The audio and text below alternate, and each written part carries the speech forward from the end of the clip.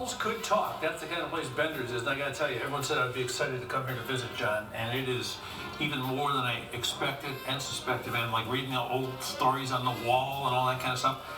This is a class place, isn't it? Yes, it is. Yes, it is. So tell me some of the history of this place. It started like what, turn of the century? Turn of the century, 1902. Ed Bender founded the place, and my great-grandfather bought it in 1932. You've got blood here. So I'm fourth generation in the family that's taken over the business.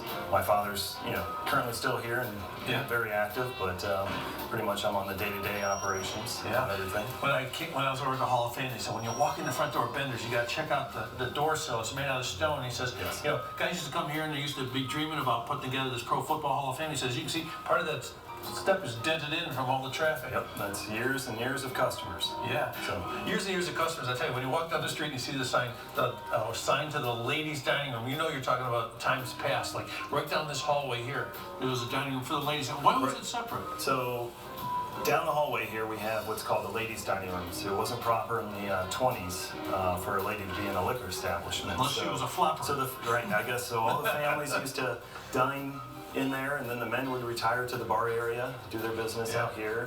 Back in the days when there was spittoons on the ground and cigars and all that type of stuff. They were just starting to think about football back then, right? Right. They were just starting to think about football, and so being in our location here in Canton, Ohio, we've had a lot of access to a lot of the football players throughout the years. The beginnings of the Pro Football Hall of Fame, the NFL. Enshrinees come here? The enshrinees.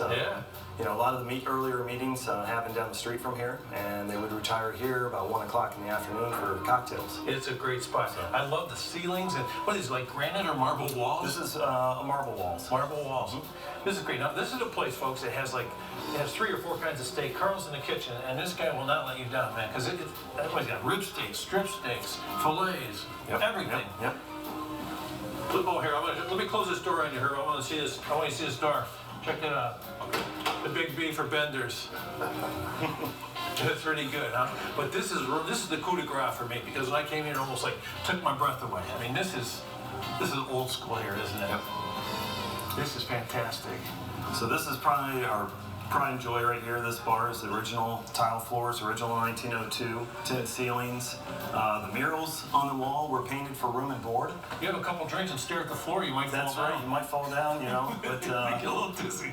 This bar has been original since about 1918, and the paintings have been refinished about 1990. They're fabulous. An old German storybook, which is what those are out of.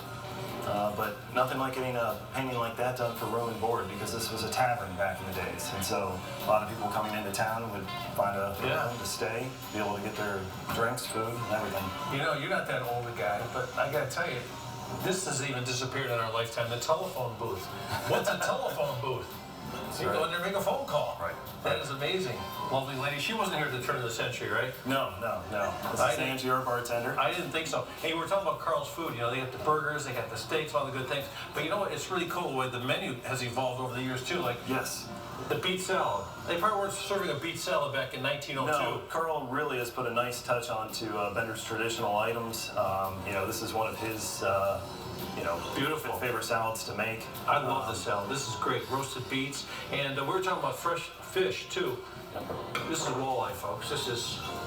We have been a fish restaurant since 1902. This is the Camp Kegel walleye dish, which has probably been our top seller for many, many, many, many years. Just recently has it kind of fallen off just because of Chef Carl's specials that he's been running with some of the other fresh seafood that we get in from Boston. So would you say first Bender's is a seafood restaurant other than a steak restaurant?